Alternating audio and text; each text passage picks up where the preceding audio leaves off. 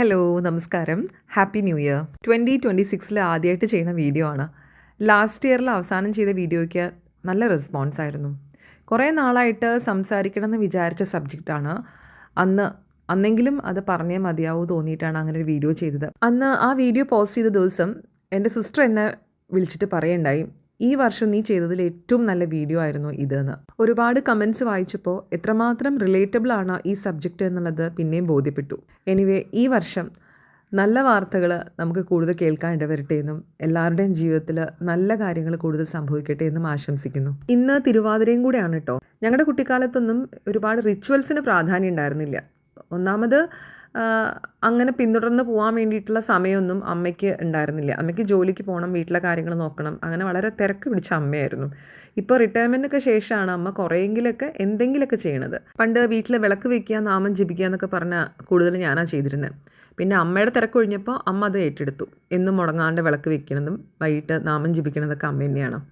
നമ്മുടെ വീട്ടിലിങ്ങനെയൊക്കെ ആണെങ്കിലും എൻ്റെ കുട്ടിക്കാലത്ത് അച്ഛൻ്റെ വീട്ടിൽ ഞാൻ കണ്ടിട്ടുള്ള തിരുവാതിര എനിക്ക് നല്ല ഓർമ്മയുണ്ട്. രാവിലത്തെ ചെറിയ തണുപ്പ് ഓർമ്മയുണ്ട്.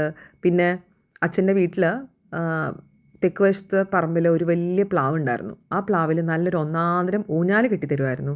അത് പറഞ്ഞപ്പോഴാണ്, ഉയരത്തിലുള്ള ഊഞ്ഞാലാട്ടം എനിക്ക് ഒട്ടും ഇഷ്ടമില്ലാത്ത കാര്യം കേട്ടോ. നല്ല പേടിയാണ്. അങ്ങോട്ട് തള്ളി വിടുമ്പം പ്രശ്നമില്ല, തിരിച്ചിങ്ങോട്ട് പുറകിലേക്ക് വരുമ്പോൾ എന്താണെന്നറിയില്ല, ഉള്ളിൽ നിന്ന് എന്തൊക്കെയോ ഒരു വെപ്രാളാണ്.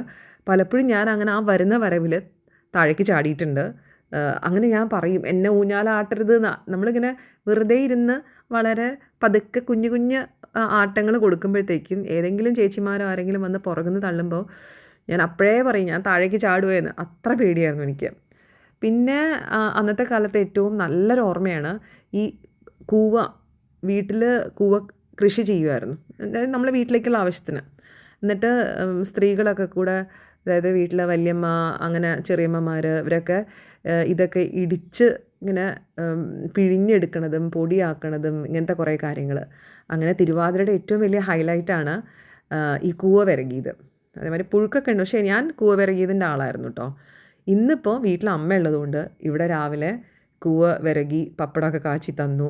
അതിൻ്റെ കൂടെ പഴം കൂടെ കഴിക്കണം എന്നുള്ളതൊക്കെയാണ് അച്ഛൻ പറയണത്. അതാണെങ്കിലും ഞാൻ രാവിലെ അസലായിട്ട് ഇതൊക്കെ അകത്താക്കി ഇങ്ങനെ ഇരിക്കുകയാണ്. അതിൻ്റെ ഫോട്ടോ കാണിച്ചു തരാം കേട്ടോ. അപ്പോൾ ഇന്നത്തേക്ക് ഇത്രയേ ഉള്ളൂ. ഇനി അടുത്ത വീഡിയോയിൽ